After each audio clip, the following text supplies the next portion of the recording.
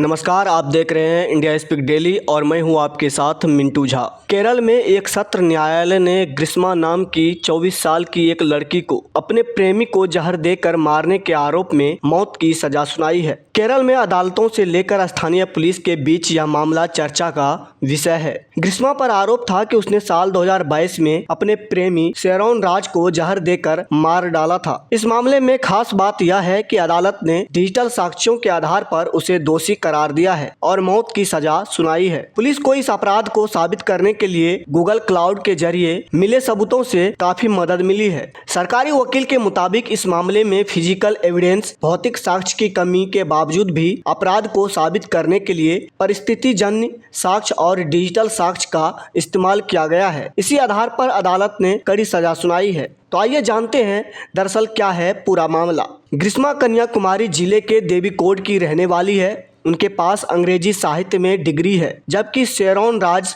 पारसलाई इलाके में रहता था। सरकारी अभियोजकों के मुताबिक घटना के वक्त शेरोन कन्याकुमारी के एक कॉलेज में बैचलर ऑफ रेडियोलॉजी के अंतिम वर्ष की पढ़ाई कर रहा था। अभियोजकों के मुताबिक ग्रीष्मा और शेरोन राज एक दूसरे से प्यार करते थे। इसी बीच ग्रीष्मा के माता पिता ने उसकी शादी किसी और लड़के से कराने का फैसला कर लिया। उनके मुताबिक ग्रीष्मा की सगाई भारतीय सेना में काम करने वाले एक लड़के से कराई गई और ग्रीष्मा ने शेरोन से सारे पुराने संबंध तोड़ने के लिए कहा। हालांकि शेरोन इससे बहुत दुखी हुआ और उसने ऐसा करने से इनकार कर दिया। अभियोजकों का कहना है कि शेरोन की सबसे बड़ी शिकायत ग्रीष्मा से थी, जो उस लड़के से शादी करने के लिए तैयार हो गई थी जिसे उसके माता पिता ने उसके लिए तय किया था। उनके मुताबिक शेरोन इस मुद्दे पर ग्रीष्मा की कोई बात सुनने को तैयार नहीं था। ग्रीष्मा को इस बात का डर था कि शेरोन भविष्य में उसकी शादी को बर्बाद कर सकता है और उसने शेरोन को मारने की योजना बनाई। इसी मकसद से ग्रीष्मा ने शेरोन को अपने घर बुलाया और उसके खाने में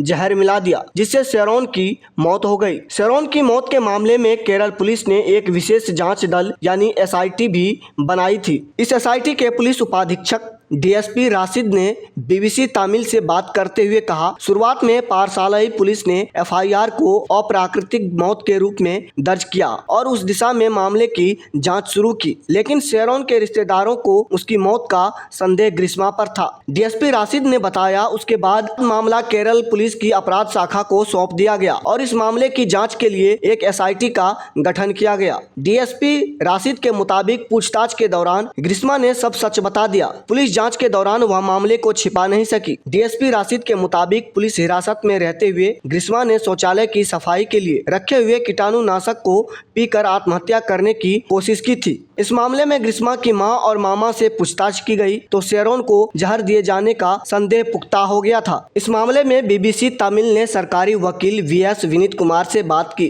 उन्होंने कहा, हमारे सामने सबसे बड़ी चुनौती किसी भी प्रत्यक्ष सबूत का अभाव था, इसलिए हमने डिजिटल तकनीकी और वैज्ञानिक सबूतों की मदद से परिस्थितिजन्य साक्ष्यों को जोड़कर अदालत में मामले को साबित किया। इससे पहले एक बार ग्रीष्मा ने जूस में पैरासीटामोल की 50 गोलियां मिलाकर शेरोन को पीने के लिए दी थी, लेकिन जूस कड़वा होने के कारण शेरोन ने उसे नहीं पिया, इसलिए वह उस दिन बच गया। हत्या की इस कोशिश से पहले ग्रीष्मा ने अपने मोबाइल फोन पर इस बारे में जानकारी खोजी थी। विनीत कुमार ने कहा, पुलिस जांच में यह काफी अहम साबित हुआ। जांच में सामने आया कि ग्रीष्मा ने एक और योजना बनाकर शेरोन को घर बुलाया। घर पर उसने शेरोन को एक आयुर्वेदिक टॉनिक पीने को दिया। ग्रीष्मा ने इसमें जहर घोल दिया था। पुलिस के मुताबिक इस टॉनिक को पीने के बाद ही शेरोन को तकलीफ होने लगी, उन्हें उल्टियां और दस्त होने लगी। उन्हें इलाज के लिए तिरुवनंतपुरम मेडिकल कॉलेज में भर्ती कराया गया था। उनकी हालत खराब हो गई। एक एक कर उनके शरीर के अंग काम करना बंद कर रहे थे। आखिरकार 25 अक्टूबर 2022 को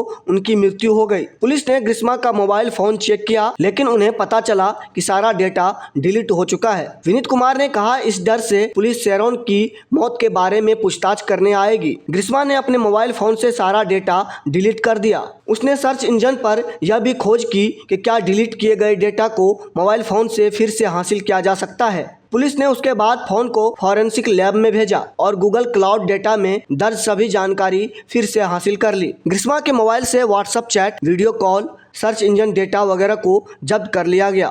और अदालत में डिजिटल सबूत के तौर पर पेश किया गया। विनीत कुमार ने बताया, इलाके के सीसीटीवी फुटेज और दोनों के बीच व्हाट्सएप पर हुई बातचीत को सबूत के तौर पर लिया गया कि सोरेन घटना के दिन ग्रिस्मा के घर गया था। साथ ही दोनों के इस्तेमाल किए गए पेन ड्राइव, हार्ड डिस्क और सीडी में मौजूद डिजिटल साक्ष्य और अन्य परिस्थितिजन्य साक्ष्यों के माध्यम से हमने अदालत में यह साबित कर दिया कि ग्रिस्मा ने ही शेरोन की हत्या की थी। विनीत कुमार ने कहा, जांच के दौरान यह स्पष्ट हो गया कि शेरोन को ग्रिस्मा ने जहर दिया था, लेकिन पोस्टमार्टम में मृतक को जहर देने का कोई सबूत नहीं मिला। इलाज के लिए भर्ती होने के 11 दिन बाद शेरोन की मृत्यु हो गई।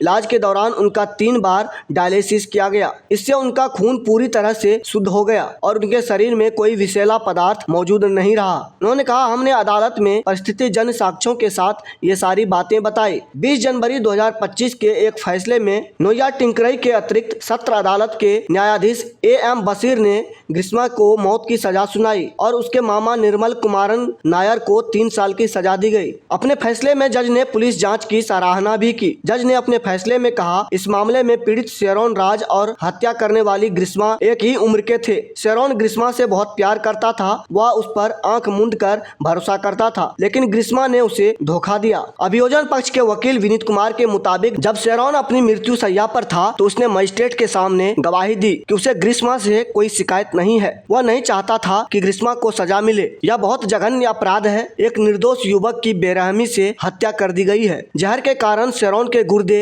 लीवर और फेफड़े सहित सभी आंतरिक अंग खराब हो गए थे। उसके पूरे शरीर में असहनीय दर्द था। अस्पताल में 11 दिनों के दौरान वह पानी की एक बूंद भी नहीं पी सका। न्यायमूर्ति बशीर ने कहा, एक कॉलेज छात्र के पवित्र और निस्वार्थ प्रेम की हत्या कर दी गई। इस तरह की बात ने पूरे समाज को झकझोर कर रख दिया। इन सभी बातों को ध्यान में रखते हुए इस मामले को दुर्लभतम मानते हुए ग्रिस्मा को मौत की सजा सुनाई गई। मृतक शेरोन के भाई डॉक्टर सिमोन राज ने BBC से बात करते हुए कहा, हम चाहते थे कि दोषी को फांसी दी जाए। मुकदमे का नतीजा हमारी उम्मीदों के मुताबिक रहा। हम इससे खुश हैं। फैसला सुनने के बाद मां को राहत मिली। उन्होंने कहा, हम यह कभी नहीं भूलेंगे कि मेरा भाई अब हमारे साथ नहीं है, लेकिन यह बड़ी राहत है कि दोषी को मौत की सजा दी गई है। अभी के लिए फिलहाल इतना ही। तो इसी तरह की महत्वपूर्ण जानकारी के लिए बने रहिए इंडिया स्पीक डेली के साथ। धन्यवाद।